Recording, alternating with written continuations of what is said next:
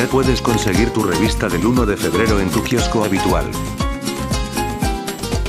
Foto de portada realizada por José Luis Pallarés.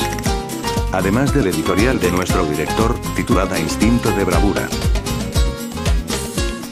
Y de los apartados habituales como noticias de actualidad.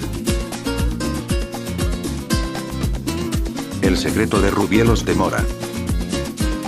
El Pilonet.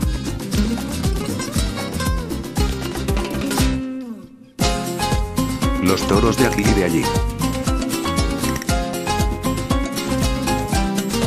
Los animales más destacables en la Comunidad Valenciana del 2012. El Puig. Rafael Buñol y Cuartel. Faura y Benifairó. Quart de les Vall. Comienzan las grandes ferias. La Vall d'Uso. Castelnovo. Vinaròs y Sierra en Garcerán. Peñíscola y Geldo. Cartas al director. Íscar, Benifar, Tres Juncos y Roa. Figueruelas, Grisén, Sobradiel y Tauste, Aldella Bella.